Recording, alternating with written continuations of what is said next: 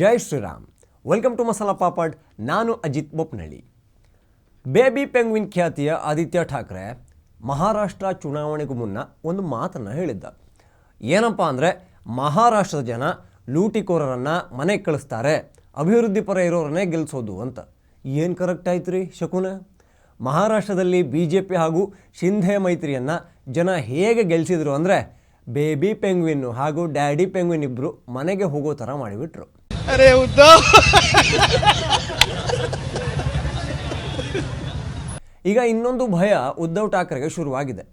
ಅವರ ಪಕ್ಷದ ನಾಯಕ ಸಂಜಯ್ ಗುಪ್ತಾ NDTVಲಿ ಲೈವಲ್ಲಿ ಇದ್ದರು. ಆಗ ಒಂದು ಮಾತನ್ನು ಹೇಳಿದರು.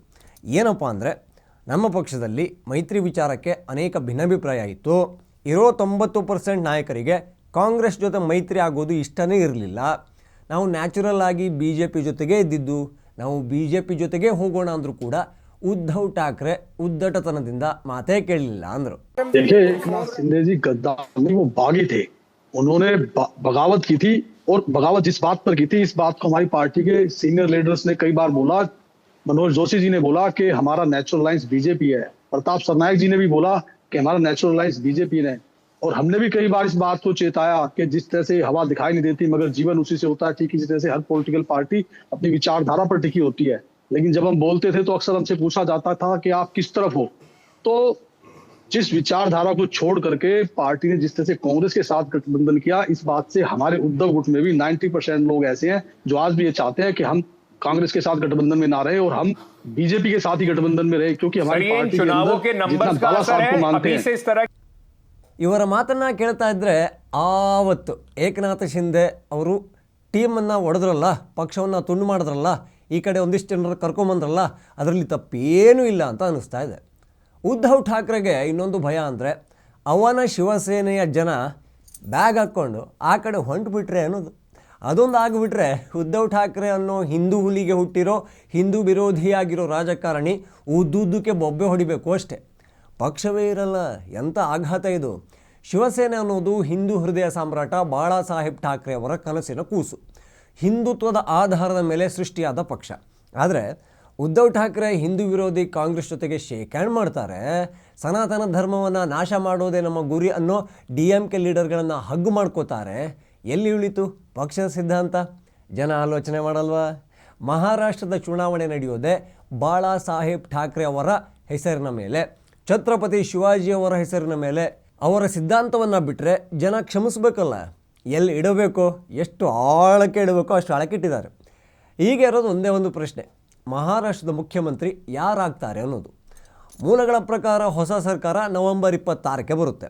ಒಂದು ಕಡೆ ಕಮಾಲ್ ಮಾಡಿದ ಏಕನಾಥ ಶಿಂಧೆ, ಇನ್ನೊಂದು ಕಡೆ BJPಯ ಅಮೋಘ ಸಾಧನೆಗೆ ಕಾರಣವಾದ ದೇವೇಂದ್ರ ಫಡ್ನವೀಸ್. ಇಬ್ಬರು ಕೂಡ ಸಮರ್ಥರೇ.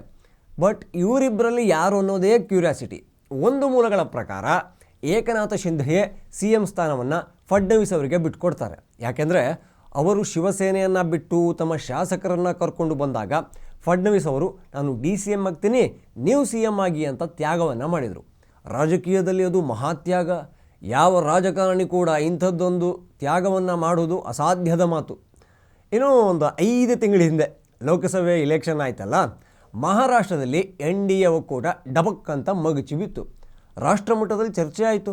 NDA ಒಕ್ಕೂಟಕ್ಕೆ ಮಹಾರಾಷ್ಟ್ರದ ಲೋಕಸಭಾ ಫಲಿತಾಂಶ ಬೂಸ್ಟರ್ ಡೋಸನ್ನು ನೀಡಿತ್ತು. BJPಗೆ ಹಿನ್ನಡೆ ಅವ್ರಿಗೆ ಖುಷಿ ಅಲ್ವಾ?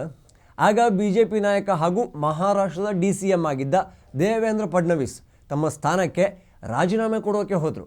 ಬಟ್ ಆಗ ಒಂದು ಮಾತನ್ನು ಹೇಳಿದರು. ಏನಪ್ಪ ಅಂದರೆ, ಮಹಾರಾಷ್ಟ್ರ ರಾಜಕಾರಣದಲ್ಲಿ 3 ತಿಂಗಳು ಅನ್ನೋದು ಬಹಳ ದೊಡ್ಡ ಸಮಯ ಅಂತ. ಇವತ್ತಂತೂ ಫುಲ್ ಖುಷಿಲಿರ್ತಾರೆ.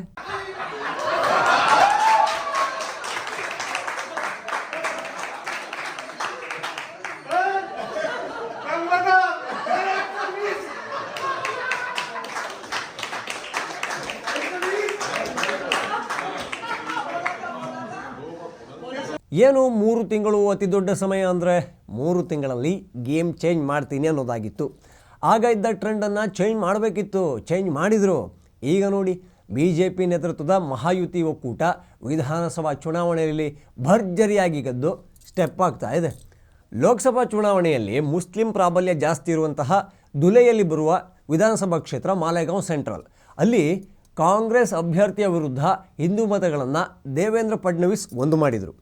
ಯೋಗಿ ಬಾಬಾ ಅವರ ಒಂದು ಡೈಲಾಗ್ ಇದೆಯಲ್ಲ, ಬಟೆಂಗೆ ತೋ ಕಟೆಂಗೆ, ಆ ಸ್ಟೇಟ್ಮೆಂಟ್ ದೊಡ್ಡ ಮಟ್ಟದಲ್ಲಿ ಪ್ರಭಾವ ಬೀರಿದೆ. ಅದರ ಎಫೆಕ್ಟ್ ಕಾಂಗ್ರೆಸ್ಗೆ ಮಾತ್ರ ಅಲ್ಲ, ಉದ್ಧವ್ ಫ್ಯಾಮಿಲಿಗೂ ಜಾಡಿಸಿದೆ.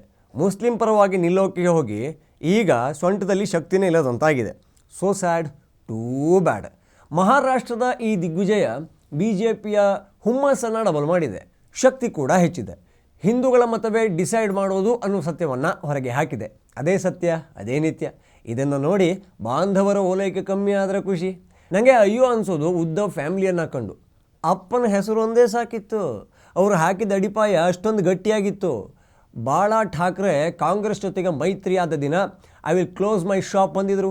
ಕಾಂಗ್ರೆಸ್ ಜೊತೆಗೆ ಹೋಗೋರನ್ನು ಆ ಕಡೆ ಗಂಡು ಅಲ್ಲ, ಈ ಕಡೆ ಹೆಣ್ಣು ಅಲ್ಲ ಅನ್ನೋ ಅರ್ಥದಲ್ಲಿ ಒಂದು ಶಬ್ದವನ್ನು ಬಳಸಿದರು.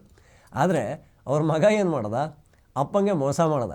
ಅವರೇನಾದರೂ ಬದುಕಿದ್ದಾಗಲೇ ಉದ್ಧವ್ ಠಾಕ್ರೆ ಕಾಂಗ್ರೆಸ್ ಜೊತೆಗೆ ಹೋಗಿದ್ದಿದ್ರೆ ಕತೆ ಬೇರೆನೇ ಇರ್ತಾಯಿತ್ತು. ಈಗ 90% ಉದ್ಧವ್ ಬಣದ ನಾಯಕರು ಶಿಂಧೆ ಬಣಕ್ಕೋ BJPಗೆ ಹೋಗೋಕ್ಕೆ ರೆಡಿಯಾಗಿದ್ದಾರೆ. ಅಲ್ಲಿಗೆ ಮುಗೀತು ಅನಿಸುತ್ತೆ. ಮಹಾರಾಷ್ಟ್ರದ ಹಿಂದೂಗಳು ಒಂದಾಗಿರೋದಕ್ಕೆ ಇಂಥ ರಿಸಲ್ಟ್ ಬಂದಿರೋದು. ಇದೇ ರೀತಿಯಲ್ಲಿ ಮುಂದುವರಿಬೇಕು ಅನ್ನೋದು ಎಲ್ಲರ ಆಸೆ. ಏಕ್ ಹೈತೋ ಸೇಫ್ ಹೈ ಅನ್ನೋದು ತೀರಾ ಮುಖ್ಯ, ಇಲ್ಲಾಂದರೆ ಇಲ್ಲವಾಗಿಸ್ತಾರೆ. ಮಹಾರಾಷ್ಟ್ರದ ಮಹಾಸೋಲಿನಿಂದ ಕಾಂಗ್ರೆಸ್ಸಿನ ಮಹಾನಾಯಕ ರಾಹುಲ್ ಗಾಂಧಿ ಕುಗ್ಗಿದ ಹಾಗೆ ಕಾಣಿಸ್ತಾ ಇಲ್ಲ. ಯಾಕೆಂದರೆ ಇದು ಅವರಿಗೆ ಮೊದಲ ಸೋಲು ಅಲ್ಲ, ಕೊನೆ ಸೋಲು ಅಲ್ಲವೇ ಅಲ್ಲ ಅನ್ನೋದು ಅವರಿಗೆ ತುಂಬ ಚೆನ್ನಾಗಿ ಗೊತ್ತಿದೆ. ಒಂದು ಲೆಕ್ಕದಲ್ಲಿ BJP ಹಾಗೂ ಶಿಂಧೆಯ ಶಿವಸೇನೆ ಗೆದ್ದಿರೋದ್ರಲ್ಲಿ ಉದ್ಧವ್ ಠಾಕ್ರೆ ಅಷ್ಟೇ ರಾಹುಲ್ ಗಾಂಧಿದು ಪಾತ್ರವಿದೆ. ಮ್ಯಾನ್ ಆಫ್ ದಿ ಮ್ಯಾಚು ಯಾರಿಗೆ ಕೊಡೋಣ ಅದನ್ನು ನೀವು ಡಿಸೈಡ್ ಮಾಡಿ. TV ವಿಕ್ರಮದ ಎಲ್ಲ ವಿಡಿಯೋಗಳಿಗಾಗಿ ನಮ್ಮ ಚಾನಲ್ನ ಫಾಲೋ ಮಾಡಿ. ಇನ್ನೂ ಯಾರೆಲ್ಲ ಸಬ್ಸ್ಕ್ರೈಬ್ ಮಾಡ್ಕೊಂಡಿಲ್ವೋ ಈ ಕೂಡಲೇ ಮಾಡ್ಕೊಳ್ಳಿ. ನಿಮ್ಮ ಬೆಂಬಲ ಪ್ರೋತ್ಸಾಹ ನಮ್ಮ ಮೇಲೆ ಯಾವಾಗಲೂ ಇರಲಿ. ಜೈ ಶ್ರೀರಾಮ್. TV ವಿಕ್ರಮ, ದೇಶ ನಿಮ್ಮ ಕೈಯಲ್ಲಿ. ಈ ಕಾರ್ಯಕ್ರಮ ನಿಮಗೆ ಇಷ್ಟ ಆಗಿದ್ದಲ್ಲಿ ಲೈಕ್, ಶೇರ್ ಹಾಗೂ ಕಮೆಂಟ್ ಮಾಡಿ. TV ವಿಕ್ರಮದ ಕಾರ್ಯಕ್ರಮಗಳನ್ನು ನಿರಂತರವಾಗಿ ವೀಕ್ಷಿಸಲು ಸಬ್ಸ್ಕ್ರೈಬ್ ಮಾಡಿ, ಬೆಲ್ ಐಕನ್ ಒತ್ತಿ.